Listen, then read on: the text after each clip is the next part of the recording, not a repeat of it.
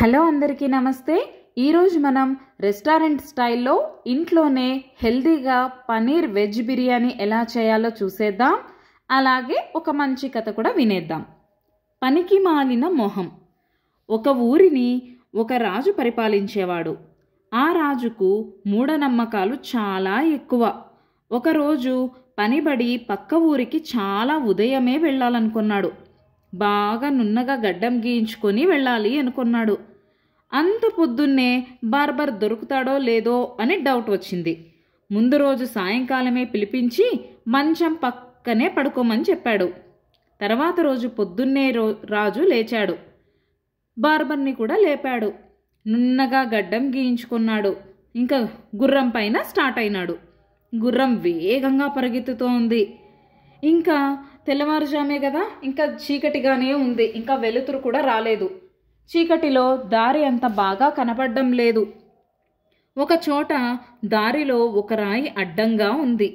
దాన్ని రాజు చూసుకోలేదు, పాపం గుర్రము చూసుకోలేదు। అంతే, ఆ రాయి తగిలి ఎగిరి కింద పడ్డారు।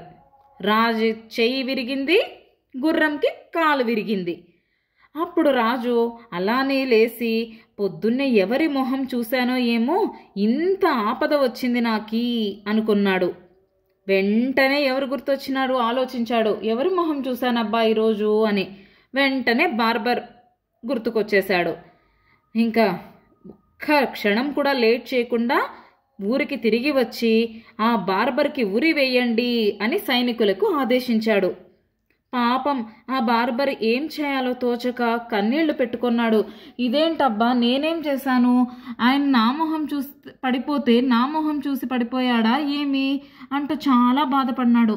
రాజును అడుగుదాము అంటే భయము, రాజు ఏమంటాడో అనేసి। ఇక ఏమీ చేసేది లేక ఊరుకుండిపోయినాడు। ఆ బార్బర్కి ఒక చిన్న పాప ఉంది। ఆ పాప చాలా తెలివైన పిల్ల। ఉరి వేసే ముందు రాజు దగ్గరకు వచ్చింది। రాజా, మిమ్మల్ని ఒక మాట అడుగుతాను, దానికి ఆన్సర్ చెప్పి మీరు మా నాన్నని ఉరి తీయండి అని అడిగింది। రాజు అవునా సరే, ఏమో అడుగు అన్నాడు। పొద్దున మీరు లేవగానే మా నాన్న మొహం చూశారు, సరే అందుకే మీకు ఇలా కాలు తగిలింది, చెయ్యి విరిగింది అని అంటున్నారు। అలాగే మా నాన్న లేవగానే ఎవరి మొహం చూశారో చెప్పండి అని అనింది। ఇంకెవరి మొహం? నా మొహమే కదా అన్నాడు।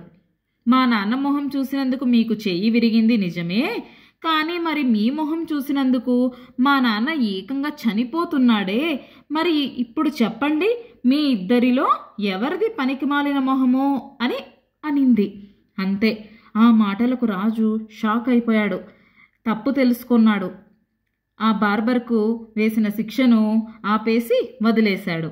మూఢనమ్మకాలను కూడా అప్పటి నుండి నమ్మడం మానేశాడు। బాగుంది కదా కథ? ఓకే, బిర్యానీని కూడా ట్రై చేయండి, ఎలా ఉందో చెప్పేయండి, ఓకేనా?